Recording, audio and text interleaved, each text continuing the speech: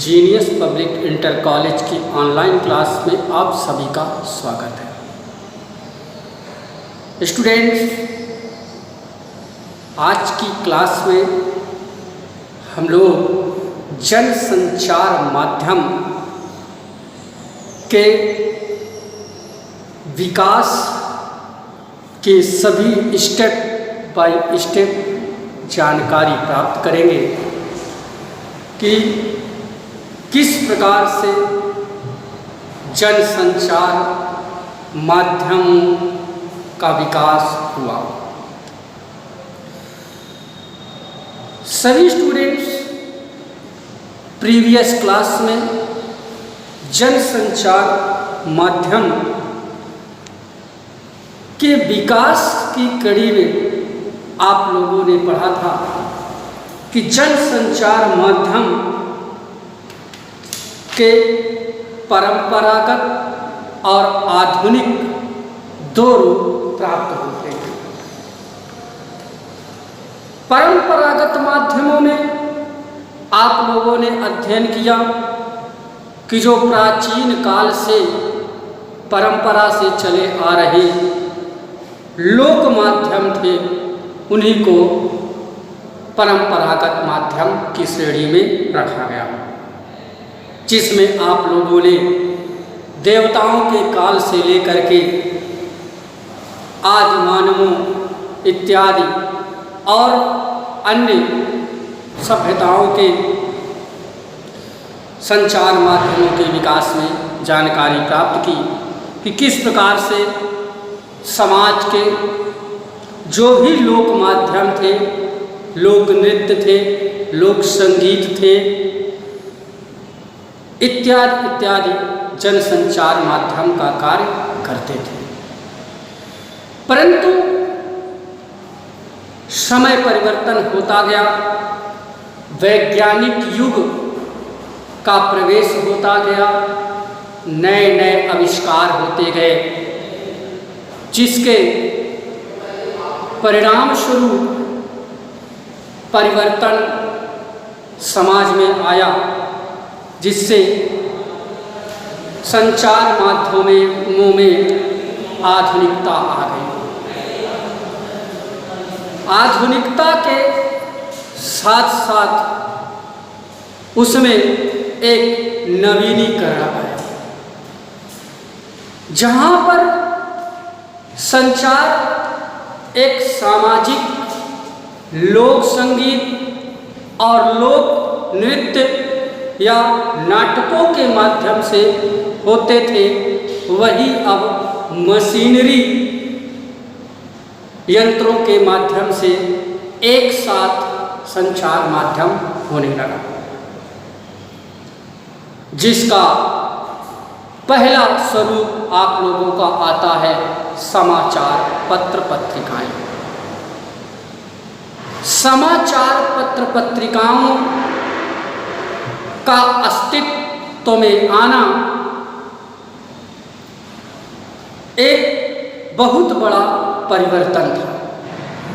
Print media के आविष्कार होते ही समाचार पत्र पत्रिकाओं का क्रेज समाज में बढ़ गया। जब प्रिंट मीडिया या प्रिंट माध्यम या छापे खाने का आविष्कार हुआ, तब से समाचार पत्र पत्रिकाएं भी देश में प्रचलित हो गई। अब जो संचार माध्यम किसी एक्टिविटीज के माध्यम से होते थे, अब वही समाचार पत्र पत्रिकाएं के माध्यम से लिखित रूप में एक लिपि के माध्यम से आना शुरू हो गया। लोगों तक घर बैठे समाचार सूचनाएं प्राप्त होने लगी। यद्यपि अपने विशाल दर्शक और वर्ग और तीव्रता के कारण समाज में रेडियो और टेलीविज़न की ताकत वर्तमान समय में अत्यधिक मानी जाती है, परंतु किसी भी ध्वनि को, वाणी को शब्दों के रूप में रिकॉर्ड करने वाला आरंभिक माध्यम होने के कारण इस प्रिंट मीडिया का महत्व हमेशा से बना था और बना ही रहेगा। यद्यपि भले ही प्रिंट मीडिया, टेलीविज़न या इंटरनेट किसी भी माध्यम से अखबारों के संचार को पत्रकारिता कहा जाता हो, लेकिन प्रारंभ में केवल प्रिंट माध्यमों के जरिए ही अखबारों के आदान प्रदान को ही पत्रकारिता कहा जाता था। आप देखेंगे कि इसके 3 पहलू माने गए। ठीक है, इसके 3 पहलू माने गए। समाचारों को संकलित करना, दूसरा उन्हें संपादित कर छापने लायक बनाना, और तीसरा पत्र पत्रिका के रूप में छापकर पाठक तक पहुंचाना। ये 3 स्टेप, 3 पहलू, समाचारों को संकलित करना, दूसरा उन्हें संपादित कर छापने लायक बनाना, और तीसरा पत्र या पत्रिका के रूप में छापकर पाठकों तक पहुंचाना। हालांकि तीनों ही काम आपस में गहरे जुड़े हैं, लेकिन पत्रकारिता के तहत हम पहले 2 कामों को ही लेते हैं, क्योंकि प्रकाशन और वितरण का कार्य तकनीकी और प्रबंधकीय विभागों के अधीन होते हैं, जबकि रिपोर्टिंग और संपादन के काम के लिए एक विशेष बौद्धिक पत्रकारी कौशल की अपेक्षा होती है। तो आप देख पा रहे होंगे कि कोई भी घटना को, सूचना को संवाददाताओं और रिपोर्टर द्वारा ला करके उसको एक संपादन मंडल में उसको सूचना छापने योग्य बनाई जाती थी, और उसको पत्र पत्रिका के माध्यम से छाप करके समाज तक पहुंचाई जाती थी। हम लोग अब आते हैं कि अखबारी पत्रकारिता का अस्तित्व में आना। तो आप लोग ध्यान दें कि दुनिया में अखबारी पत्रकारिता को अस्तित्व में आए लगभग 400 साल हो गए, परंतु भारत में इसकी शुरुआत सन 1780 ईस्वी में 1780 ईस्वी में जेम्स ऑगस्ट हिकी के बंगाल गजट से हुई, जो कलकत्ता, जिसे आज कोलकाता के नाम से जाना जाता है, से निकला था। जबकि हिंदी का पहला साप्ताहिक पत्र उदंत मार्तंड भी कलकत्ता से ही सन 1826 में पंडित जुगल किशोर शुक्ल के संपादन में निकला था। अर्थात यूं कहें कि आपका हिंदी भाषा में सबसे पहला जो साप्ताहिक पत्रिका था वह था उदंत मार्तंड। प्रश्न पत्र में एक प्रश्न सदैव पूछा जाता है कि हिंदी भाषा में प्रकाशित होने वाला पहला पत्रिका और उसके संपादक का नाम लिखिए। तब आप यदि जानकारी रखते हैं तो हिंदी की प्रथम पत्रिका उदंत मार्तंड, जो कि कलकत्ता से प्रकाशित हुई थी 1826 में, जिसके प्रकाशक थे जुगल किशोर शुक्ल। इसके पश्चात हिंदी भाषा के विकास में शुरुआती अखबारों और पत्रिकाओं ने बहुत महत्वपूर्ण भूमिका निभाई। इस समय लगभग 19वीं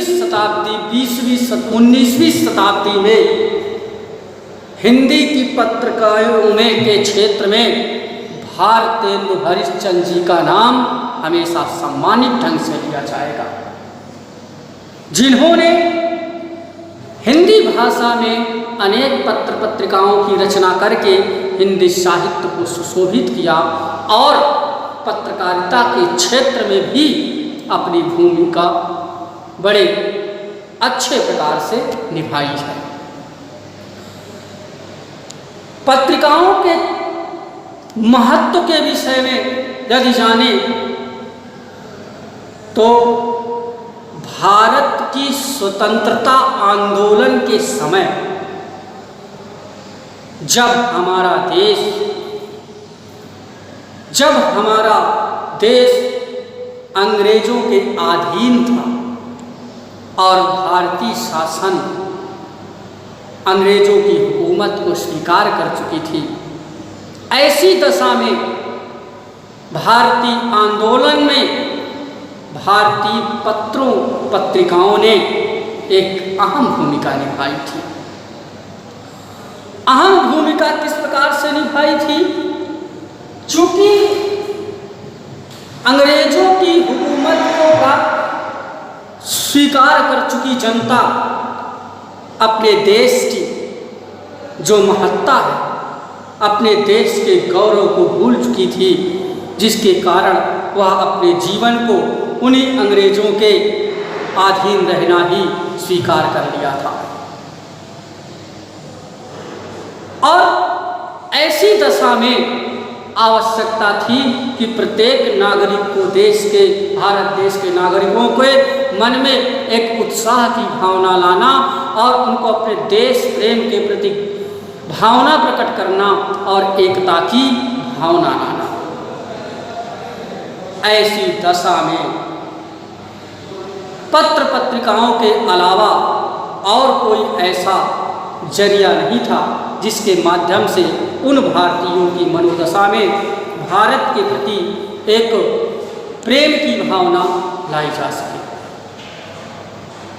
आपके स्वतंत्रता आंदोलन के जितने भी राजनेता रहे हों, चाहे वो महात्मा गांधी हों, चाहे लोकमान्य बाल गंगाधर तिलक हों, चाहे मदन मोहन मालवीय हों, इत्यादि नेताओं ने लोगों को, भारतीय उन नागरिकों को जागरूक करने के लिए हिंदी भाषा के पत्र पत्रिकाओं और समाचार पत्रों का ही सहारा लिया, जिसके माध्यम से अपने विचारों को उन समाचार पत्रों और पत्रिकाओं के माध्यम से लोगों तक पहुंचाए।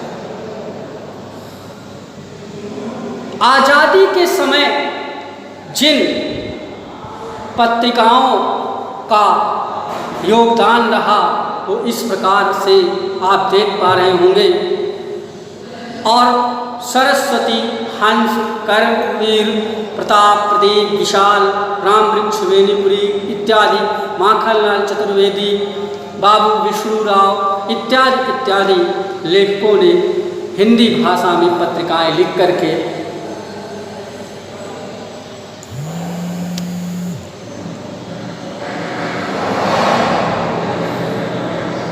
आगे देखें।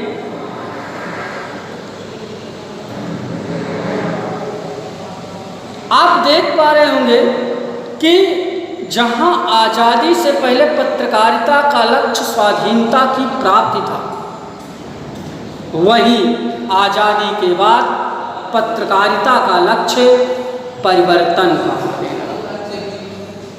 कि स्वतंत्रता के पश्चात देश में क्या परिवर्तन होना चाहिए, किस प्रकार से एक स्वतंत्र भारत होना चाहिए, और राष्ट्र निर्माण के प्रति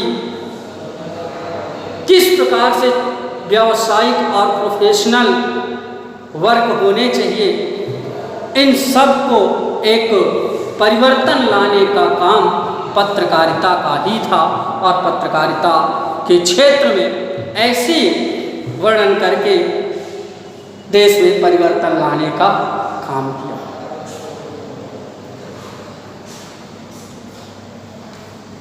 आज़ादी के बाद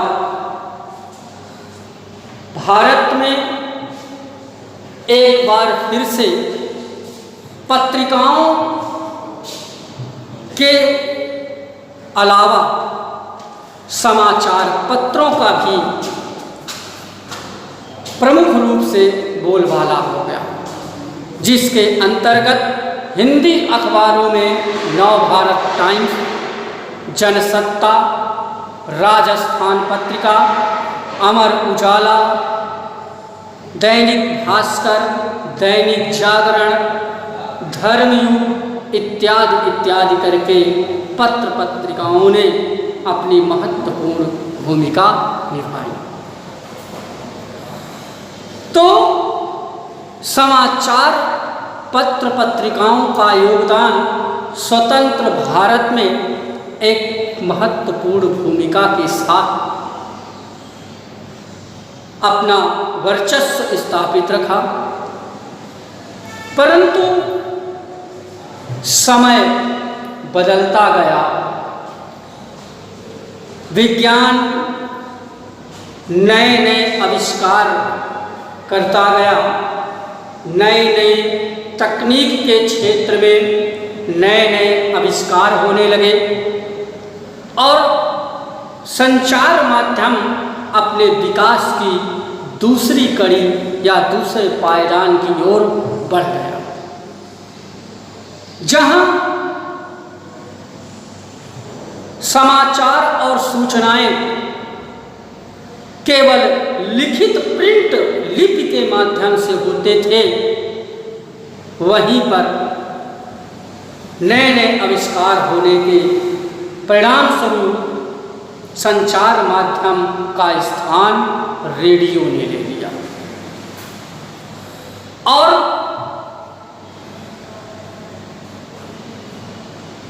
पत्र पत्रिकाओं के पश्चात दुनिया का सबसे प्रभावित जनसंचार माध्यम बन गया। माना जाता है कि लगभग सन 1895 ईस्वी में एक इटली के इलेक्ट्रिकल इंजीनियर जी मार्कोनी ने वायरलेस के जरिए उन्होंने किया क्या कि जो वातावरण में ध्वनि और संकेत हैं, इन दोनों को एक जगह से दूसरी इस जगह तक भेजने का परीक्षण किया और उस परीक्षण में वो कामयाबी हासिल किया, जिसके परिणाम स्वरूप रेडियो जैसा जनसंचार माध्यम समाज के अस्तित्व में आया। आप ध्यान दें कि जब रेडियो जनसंचार माध्यम के क्षेत्र में अस्तित्व में आया तो उस समय तत्कालीन समय में प्रथम विश्व युद्ध तक यह सूचनाओं के आदान प्रदान का एक महत्वपूर्ण माध्यम बन चुका था। अर्थात रेडियो के माध्यम से सूचनाएं प्रसारित की जाती थी और एक साथ देश के सभी नागरिक उसको सुनते थे, सूचनाओं को सुनते थे। इसके लिए रेडियो स्टेशन की स्थापना भी हुई, जहां से सूचनाएं एक साथ प्रसारित की जाएंगी। तो माना जाता है कि अमेरिकी शहर पिट्सबर्ग, न्यूयॉर्क और शिकागो में शुरुआती रेडियो स्टेशन खुले, परंतु भारत ने 1921 ईस्वी में 1920 में मुंबई में टाइम्स ऑफ इंडिया ने डाक तार विभाग के सहयोग से पहला संगीत कार्यक्रम प्रसारित किया और 1936 ईस्वी में पूर्ण रूपेण से ऑल इंडिया रेडियो की स्थापना हो गई। इसके साथ ही रेडियो स्टेशन का स्तर बढ़ता गया और आज़ादी के समय तक देश में कुल 9 रेडियो स्टेशन खुल चुके थे, जिनमें से लखनऊ, दिल्ली, मुंबई, कलकत्ता जिसे आज कोलकाता के नाम से जाना जाता है, मद्रास, तिरुचिरापल्ली, ढाका, लाहौर और पेशावर। आज के वर्तमान समय में ये 3 ढाका, लाहौर और पेशावर, ये 3 रेडियो स्टेशन, ये 3 क्षेत्र आपके पाकिस्तान भारत और पाकिस्तान के विभाजन के समय पाकिस्तान के हिस्से में चले गए। इसके बाद आज़ादी के बाद भारत में रेडियो एक बेहद ताकतवर माध्यम के रूप में विकसित हुआ। एक धर्मनिरपेक्ष लोकहितकारी राष्ट्र के जन माध्यम के तौर पर देश के नवनिर्माण में आकाशवाणी की महत्वपूर्ण भूमिका रही है। जब हमारा देश आज़ाद हुआ था, उस स्वतंत्र भारत में आप लोग पढ़े होंगे SST में कि आवश्यकता थी कि पूरे देश को एक नवनिर्माण में रखा जाए और एकता में बांध करके और बिना किसी धर्म के निरपेक्षता अर्थात बिन धर्म के भेदभाव से मुक्त हो करके और लोकहितकारी राष्ट्र के रूप में उनको एकता के बंधन में बांध रखने की सबसे बड़ी आवश्यकता थी, जिसमें आकाशवाणी की सबसे बड़ी महत्वपूर्ण भूमिका रही। सूचना और शिक्षा के अलावा देश की सामाजिक संस्कृति को उभारने और राष्ट्रीय नवनिर्माण के लिए शुरू किए गए कार्यक्रमों को एक आवाज देने का काम रेडियो ने किया। इसके पश्चात आप ध्यान दें कि आज आकाशवाणी देश की लगभग 24 भाषाओं और लगभग 146 बोलियों में कार्यक्रम प्रस्तुत करती है और लगभग देश की 96% आबादी इस आकाशवाणी की पहुंच से है। समय बदलता गया। 1993 में FM, जिसका फुल फॉर्म है फ्रीक्वेंसी मॉड्यूलेशन, की शुरुआत जैसे ही हुई, रेडियो के क्षेत्र में निजी कंपनियां भी आगे आ गई। जब निजी कंपनियां आगे आ गईं, परंतु अभी उन्हें समाचार और समसामयिक कार्यक्रमों के प्रसारण की अनुमति नहीं है। 1996 में आकाशवाणी और दूरदर्शन को केंद्र सरकार के सीधे नियंत्रण से निकालकर प्रसार भारती के नाम से स्वायत्त शासी निकाय को सौंप दिया गया और असल में लंबे अरसे तक सरकारी नियंत्रण में रहने के कारण रेडियो में आ गई जड़ता को तोड़ने की पहल 1995 में उच्चतम न्यायालय के फैसले में उस निर्णय में यह आया कि ध्वनि तरंगों पर किसी का एकाधिकार नहीं हो सकता। इस बात से यह तथ्य स्पष्ट होता है कि आकाशवाणी रेडियो में सबसे पहले अधिकार सरकारी तंत्र का था, उस पर सरकार का नियंत्रण होता था, परंतु सुप्रीम कोर्ट के आदेश के अनुसार वह निजी व्यक्तियों के अधिकार में भी आ गया और एफएम के दूसरे चरण के साथ लगभग देश के 90 शहरों और लगभग 350 से अधिक निजी एफएम चैनल शुरू हो रहे और फिर उसके पश्चात केंद्रों के आने से देश में रेडियो की नई संस्कृति अस्तित्व में आ गई। आप ध्यान दें कि रेडियो एक प्रकार का ध्वनि माध्यम है जिसे केवल और केवल श्रव्य माध्यम कहा जा सकता है। भारत के दूर दराज के इलाकों में लोगों ने रेडियो क्लब बना लिए।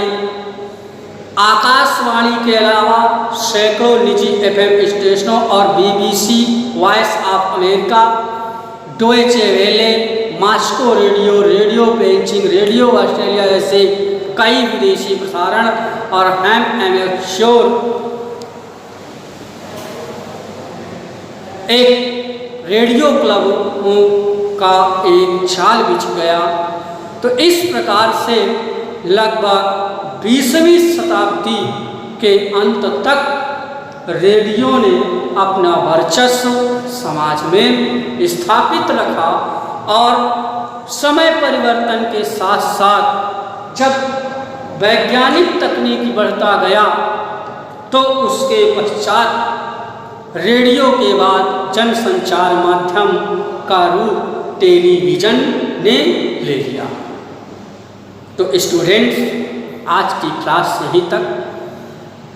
टेलीविज़न के क्षेत्र में कैसा और किस प्रकार से विकास हुआ और क्या उपयोगिता रही उसकी और क्यों महत्वपूर्ण रहा, इसके विषय में हम लोग आगे कल की क्लास में पढ़ेंगे। आप लोग सभी एक बार इसको अच्छे प्रकार से पढ़ लेंगे, समझ लेंगे। तब तक के लिए कल तक हम इंतज़ार करेंगे और कल की क्लास में हम लोग आगे की ओर बढ़ेंगे। और हैव अ नाइस डे।